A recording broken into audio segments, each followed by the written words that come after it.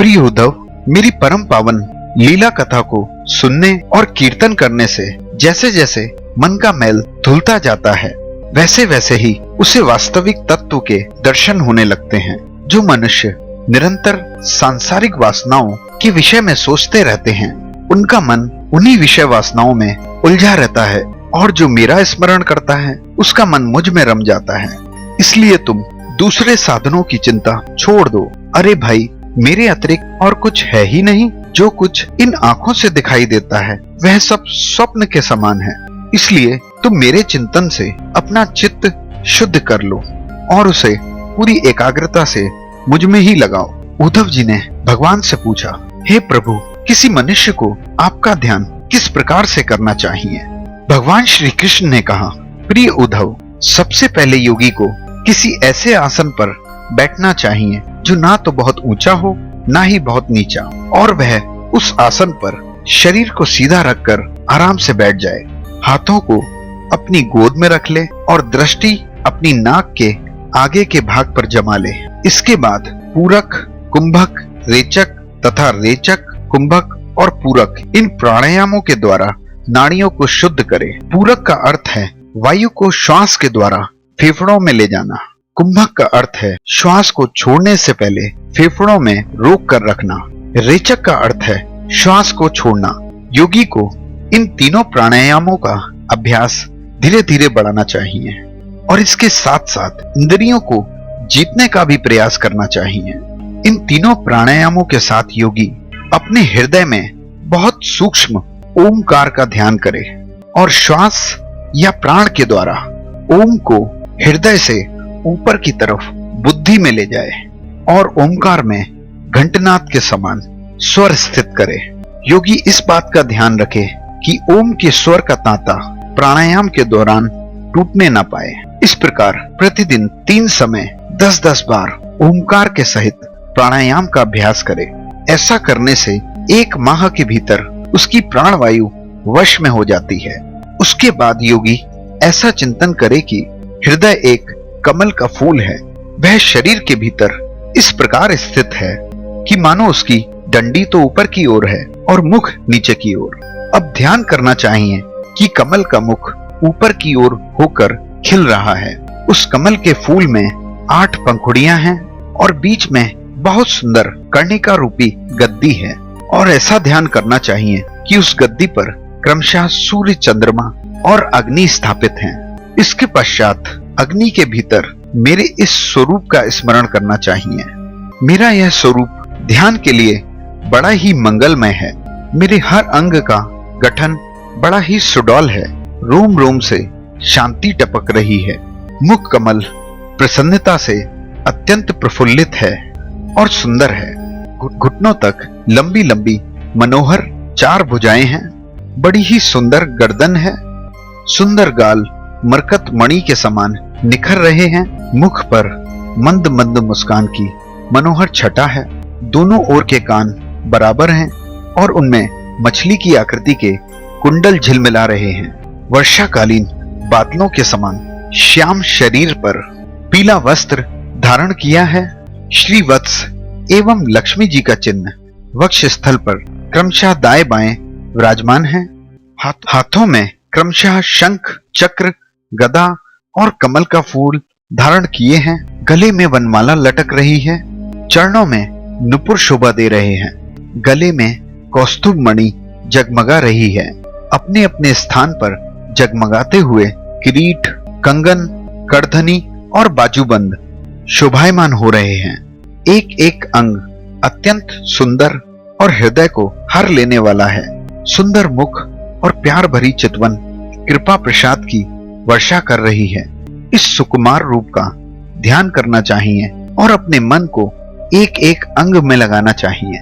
बुद्धिमान पुरुष को चाहिए कि मन के द्वारा इंद्रियों को उसके विषयों से खींच ले और मन को बुद्धि रूप सारथी की सहायता से मुझ में ही लगा ले। फिर चाहे मन मेरे किसी भी अंग में क्यों ना लगे। जब सारे शरीर का ध्यान होने लगे तब अपने चित्त को खींचकर एक स्थान पर स्थिर करे और अन्य अंगों का चिंतन ना करके मंद मंद मुस्कान की छटा से युक्त मेरे मुख का ध्यान करे। जब चित्त मुखार बिंद पर ठहर जाए तब उसे वहां से हटाकर आकाश में स्थित करे।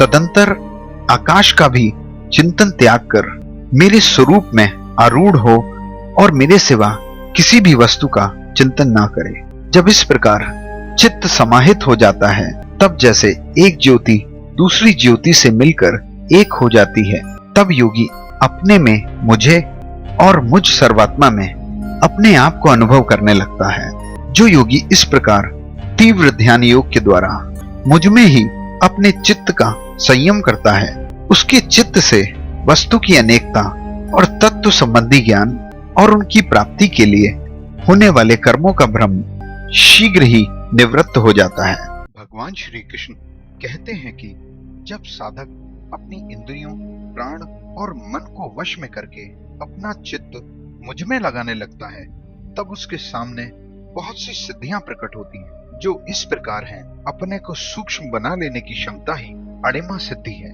इस सिद्धि से युक्त व्यक्ति सूक्ष्म होकर एक प्रकार से दूसरे के लिए अदृश्य हो जाता है। इसके द्वारा आकार में वह अणु के रूप में परिवर्तित हो जाता है। अणु एवं परमाणु की शक्ति से संपन्न हो साधक वीर और बलवान हो जाता है। अपने को विशाल बना लेने की क्षमता को महिमा सिद्धि कहा जाता है। इस सिद्धि से संपन्न व्यक्ति प्रकृति को विस्तारित करने की क्षमता रखता है।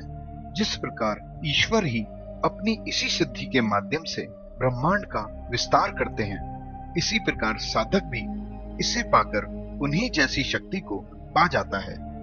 गरिमा सिद्धि से मनुष्य अपने शरीर को जितना चाहे उतना भारी बना सकता है। यह सिद्धि साधक का वजन इतना बढ़ा देती है जिससे कोई भी उसे हटाना तो बहुत दूर हिला तक नहीं सकता। स्वयं को हल्का बना लेने की क्षमता ही लघिमा सिद्धि है।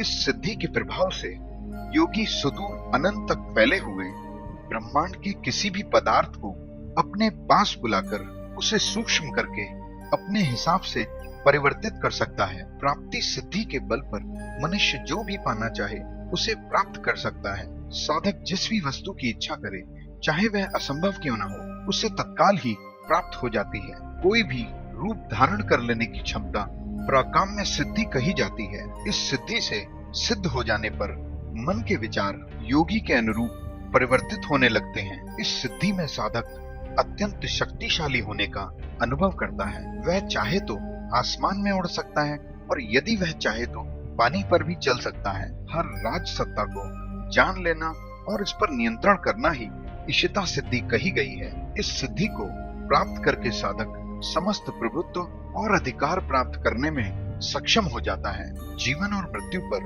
नियंत्रण पा लेने की क्षमता को ही वशिता सिद्धि कहा गया है। इस सिद्धि के द्वारा जड़, चेतन, जीव जंतु, पदार्थ, प्रकृति सभी को अपने वश में किया जा सकता है। ये आठों सिद्धियां मुझ में स्वभाव से ही रहती हैं और जिन्हें मैं ही देता हूँ और साधक इन्हें अंशतः प्राप्त करता है। इसके अलावा सत्व गुण के विकास से योगी को यह 15 सिद्धियां और प्राप्त होती हैं, जैसे शरीर को भूख प्यास न लगना, बहुत दूर की वस्तु देख लेना, बहुत दूर की बात सुन लेना, मन के साथ शरीर का किसी भी स्थान पर त्वरित पहुंच जाना, जो इच्छा हो वही रूप बना लेना, दूसरों के शरीर में प्रवेश करना, जब इच्छा हो तब शरीर छोड़ देना, अप्सराओं के साथ होने वाली देव क्रीड़ा के दर्शन, संकल्प सिद्धि, सब जगह सबके द्वारा बिना नानुकुर के अपनी बात मनवा लेना,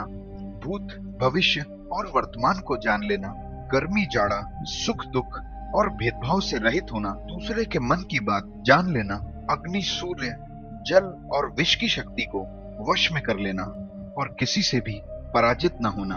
इस प्रकार जो भी मनुष्य मेरी उपासना करता है और योग साधना के द्वारा मेरा चिंतन करता है, उसे सभी सिद्धियां पूर्णतः प्राप्त हो जाती हैं, जिनका वर्णन मैंने किया है। परंतु श्रेष्ठ पुरुष जिनका एकमात्र उद्देश्य कर्म बंधनों से मुक्त होकर मुझ में लीन होना है, उनके लिए इन सिद्धियों का प्राप्त होना एक विघ्न ही है, क्योंकि इनके कारण व्यर्थ ही समय का दुरुपयोग होता है। मैं ही समस्त प्राणियों के भीतर दृष्टा रूप से और बाहर दृश्य रूप से उपस्थित हूँ।